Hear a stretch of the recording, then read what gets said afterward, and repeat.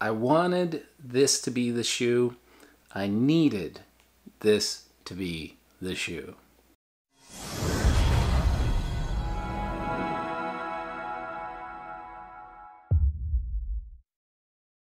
Hi everybody and welcome to today's video. My name is Matt and this is What Matters to Matt. And yes, today we are talking about the Adidas Adios Pro 3. Now I had done an initial review on this shoe, but at the time I said I wanted to go back and do a full review once I've had the chance to run a marathon in this. I ran a marathon 2 weeks ago. I've had a chance to gather my thoughts and see how much I could blame on the shoe and how much I could blame on myself. So now we're going to sit back and we're going to talk about why I bought this shoe and whether I think it ended up being worth my hard-earned cash. Okay, so I'm sure a lot of people are familiar with the Adidas Adios Pro 3, but I thought it made sense to still start off just covering off some of those specs really quickly. We'll put them up on the screen now. The Adidas Adios Pro 3 comes with a textile upper. We're looking at Light Strike Pro cushioning in that midsole. Now it does come with Energy Rods 2.0, which is a little bit different than the carbon plate that we see in a number of different super shoes.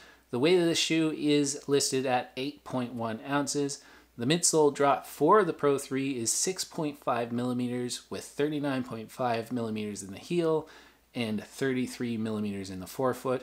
And the rubber on the outsole is made up of Continental rubber. Okay, so why did I buy the Adidas Adios Pro 3? Plain and simple, it came down to a couple of different things. And the first one was I was looking for a marathon shoe. I had done my research. I looked at a number of different reviews. I had looked at a number of different sites. And when it came down to it, there were kind of two shoes that I had on the radar. One of them was the Adidas Adios Pro 3. The other one was from Saucony. I am kind of a big fan of Saucony shoes if you've watched my channel in the past. By the way, if you're not watching my channel, please consider hitting that subscribe button and head on over to my channel. I think I've got a lot of great videos out there that I think there's a lot of folks out there that can relate to my running journey. So that out of the way, I bought the shoe because it was a marathon racer that a lot of people said that was actually really good for the marathon distance. Now there were some complaints or there were some sort of feedback that the Adios Pro 3 wasn't really good at shorter distances, but that wasn't really a problem for me because I was ultimately looking for a marathon racer. I do have some shorter distance races coming up throughout the summer, but ultimately for me, my A races tend to be in that marathon, so I was looking for something that was really good at that distance. And the other one, just to be honest, was the price. When I went shopping for shoes, one thing that I often find on the Adidas website is that they do tend to have some pretty good deals. I was able to pick up the Adios Pro 3 for about 40% off at the time. They had some new colorways come out in the Pro 3, and they had the old colorways along with a number of different shoes on for 40% off. So I was able to pick it up for quite a bit cheaper. So at the time, I just figured I'd go with the gamble, I'd go with what I had read online and what I thought might have been the perfect super shoe for me. And we're going to get into just a couple of the likes, a couple of the things that really turned out well, and maybe even one or two things that I'd like to see changed in the Adios Pro 4. Now let's start with talking about a couple of the things that I really liked about the Adios Pro 3, starting with that midsole. The Light Strike Pro material really surprised me. One of the things that super shoes are kind of known for is that you want to save them for race day, that you have to really worry because the foams in those are not overly resilient. Now some shoes, some people take them a long ways, but others say that they lose their pop fairly quickly. For me, what I've been finding with the Adios Pro 3 is that it's a fairly resilient foam. In fact, first time I took this shoe out, it felt almost a little bit too stiff, and it took a run or two to actually kind of break it in. Once it softened off a little bit, it felt like it really did hit that sweet spot for me in terms of being protective when I was on those long runs and being just the right amount of softness and energy return to kind of let me set it and forget it, put it on cruise control when I'm running that marathon distance, which is ultimately what I'm looking for in a long distance racing shoe. The other surprise for me actually came to that outsole. Now I know it's Continental rubber and I know Adidas has a reputation for having good outsoles with that Continental rubber, but I was really surprised mostly because of just how thin the rubber was on this shoe, but how resilient it seems to be and how well it's holding up and also just how good the traction was. When I first pulled this out of the box and I saw how thin that rubber was and I saw how smooth that rubber was, I had two major concerns. One of those was that it was going to wear out really quickly and I was going to burn through that outsole very, very quickly. That hasn't happened. It's actually held up really, really well. And the other one came down to traction. I was a little bit skeptical about whether this was going to work. Now, I've had the chance to run this shoe in that marathon, and during that marathon, about half of the time that I spent was actually on crushed rock trail. Wasn't even on pavement, but I had no concerns, no problems with running this on that crushed rock. It held up really well when it comes to traction. It held up really well when it comes to durability. So my second big surprise, but not surprise, really happy with the outcome, is the outsole on the shoe. All right, let's talk about that upper. Now, before I get into some of my dislikes with this upper, I do want to talk about just a couple of the benefits. One of them being that I did feel that there was enough padding in the back here around the heel.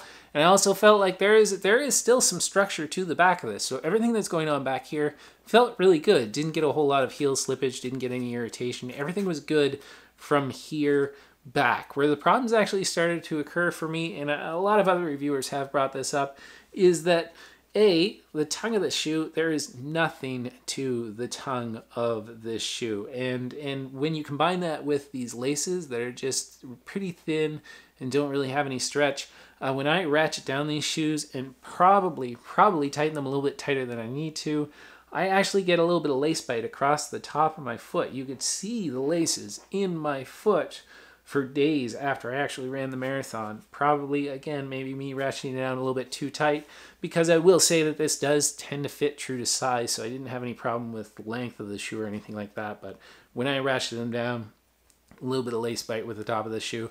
And the other thing was the eyelet chain, where I think a lot of people had sort of the biggest problems with this. This little, right where it starts here at the bottom, there's a bump on the inside that you can feel, and that hits right on the knuckle of my big toe, and just the placement of that and where that is on my foot. At about 20 kilometers into the marathon, I could really feel that, and at about 30 kilometers, it was really uncomfortable, and at about 40 kilometers, because it had just worn my foot so raw, I didn't feel my foot at all at that point. So that became a big issue that I had with the upper of this shoe. Now, I have seen a couple of people say that what they've done is they've tended to leave the bottom here, to try to avoid that, a little bit looser and really focus on trying to ratchet down the top and make this a little bit tighter. But again, it comes back to me having a little bit of a lace bite issue with the size of this tongue. So what I might try to do is I might try to actually just change out the laces in this and see if that makes any difference. Because overall, the shoe has been really, really good for me. But I don't think it's a shoe that I'm going to be taking to the marathon distance again, because I had too many problems with that upper. When I was out training or when I was on shorter runs, I was able to stop, adjust that upper. But when it's a marathon, I don't want to be worrying about that. When I get up in the morning, I don't want to be fiddling with the tongue. I don't want to be relacing. I don't want to be worrying about what the upper is doing at all. I just want to be able to put the shoe on, set it, and forget it. And I wasn't able to do that with this shoe. Now, the last thing I wanted to say, and again, it's maybe one of the reasons why this isn't going to be a marathon shoe for me going forward, and maybe it's unfair for me to say this about the Adios Pro 3, because it was one of the things that I said I wanted the shoe for, was the fact that midsole and just the way the shoe is set up, that it is a pure marathon shoe. What that meant was later on in the race, maybe it was just me, again, maybe it was to do with my fitness level and where it was at, but when I started to slow down, I didn't feel like the Adios Pro 3 had anything left in it. It was still giving me the same amount of bounce as it was the rest of the race, but when I had to dig deep, if I had had a shoe on, or if I had something that might have a little bit more snap in it, that had me feel like I could pick up the paces when I really drived hard towards the end of the race, maybe things would have been a little bit different. But ultimately, it probably comes down to me just increasing my fitness level, so it's hard to blame that entirely on the shoe. So again, will I use the Adios Pro 3 for another marathon? I don't think so. We're going to try some other shoes out there. The Endorphin Pro 3 is definitely on that list. Maybe the Endorphin Pro 4 for that fall marathon.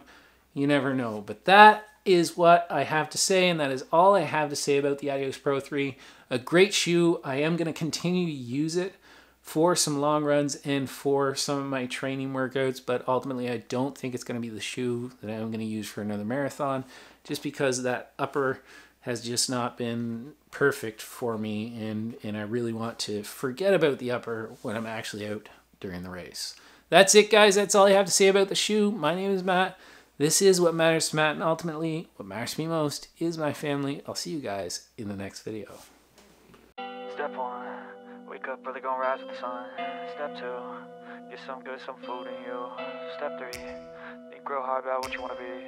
Step 4, everybody just do your thing. Wake up, today's gonna be a good day. Wake up, today's gonna be a good day. Wake up, today's gonna be